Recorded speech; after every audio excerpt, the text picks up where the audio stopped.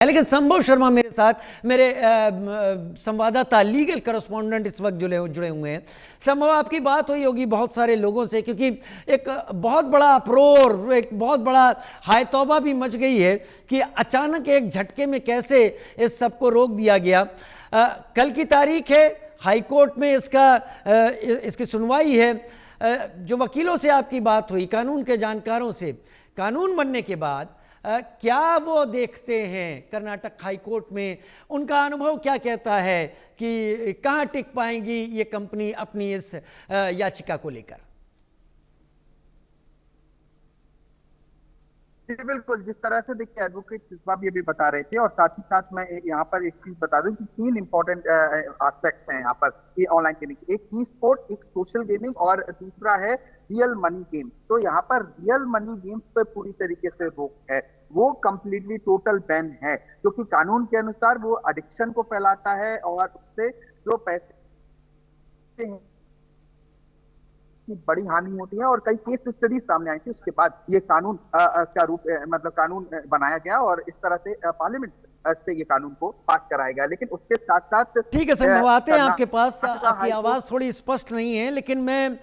Manoj Joshi sir और शिजबा चावला मेरे साथ, सीनियर एडवोकेट सुप्रीम कोर्ट मेरे साथ जुड़ी हुई हैं इस वक्त। मनोज जोशी सर, 823 जिस याचिका को लेकर कर्नाटक हाई कोर्ट में गई है, एक चीज यहां पर एक्सपर्ट्स कह रहे हैं, वो कह रहे हैं कि सरकार ने जो कानून के रूप में अस्तित्व आ गया है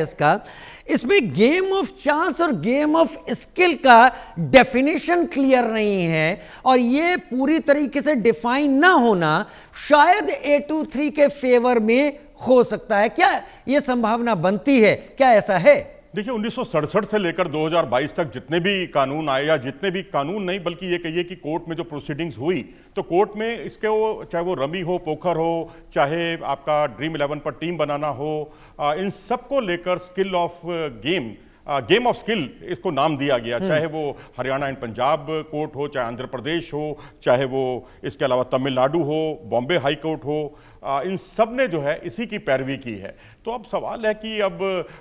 ये क्या आनंद फानन में फैसला लिया गया बिना हम कोर्ट की अवमानना किए हुए, ये बात कहना चाहते हैं। एक सवाल तो देखिए बनता ही है, क्योंकि अब फैसला तो दिया ही जा चुका है उस बारे में। अब सवाल है कि जब ये बात हम अक्सर किया भी करते हैं कि जो अंपायरिंग का डिसीजन है उसमें कौन सा गेम ऑफ स्किल आता है,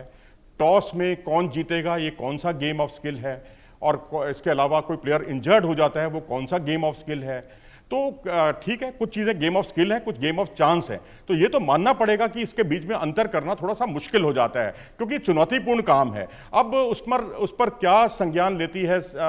कोर्ट, माननीय कोर्ट, उस पर बहुत कुछ निर्भर करेगा। लेकिन इतना जरूर मैं कहूंगा कि ड्रीम 11 हो, चाहे माई 11 सर्कल हो, इनके माध्यम से जिस तरह से सट्टेबाजी की घटनाएं जो है वो कम हुई थी, क्योंकि इससे पहले जब ये सब कुछ अस्तित्व में नहीं थी या बिल्कुल, तो सट्टेबाजी बहुत भारी पैमाने पर हुआ करती थी। गोवा में चले जाएं आप, तो गोवा में गली गली में कैसीनो थे, लेकिन अब वो कैसीनो भी कम हो गए थे। लोग इस पर पैसा बहुत लिमिटेड, जिसे कहते हैं 1 रुपए से, जैसे हम उस दिन बात भी कर रहे थे आपसे राजीव जी, 1 रुपए से आप, ठीक है, आप लत लगाते हैं 1 रुपए में, आप 50 रुपए उसके बदले में उनको मिलता भी है, लेकिन उसके बाद आप 49 रुपए, ऐसा नहीं है कि आपने 10,000 रुपए लगा दिए या आपने 50,000 रुपए लगा दिए, जैसे कि सट्टेबाजी में होता है, आपके घरों के घर का सामान तक बिक जाता है। लेकिन वो सब कुछ यहां ऐसी कोई भी घटना नहीं हुई है। तो इसलिए मैं समझता हूं कि थोड़ा सा इसको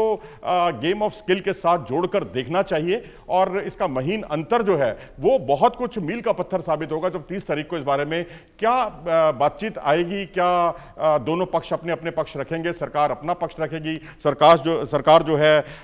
NIA जो नेशनल इन्वेस्टिगेटिंग एजेंसी है उनका हवाला देगी और तथ्यों का हवाला देगी, और वही ये कहेंगे कि भाई हमने क्रिकेट के लिए, कबड्डी के लिए और साथ ही फुटबॉल के लिए, ISL के लिए हमने खूब पैसा लगाया, खेलों के विकास में हमने बहुत बड़ा योगदान दिया, सरकार को हमने टैक्स दिया, कोर्ट, माननीय कोर्ट हमारे पक्ष में अभी तक बोलता रहा है, गेम ऑफ स्किल का नाम देता रहा है। तो फिर हम पर सवालिया निशान क्यों, और क्यों हमारे 95% बिजनेस को आपने बिल्कुल खारिज कर दिया है, बिल्कुल हाशिए पर धकेल दिया है।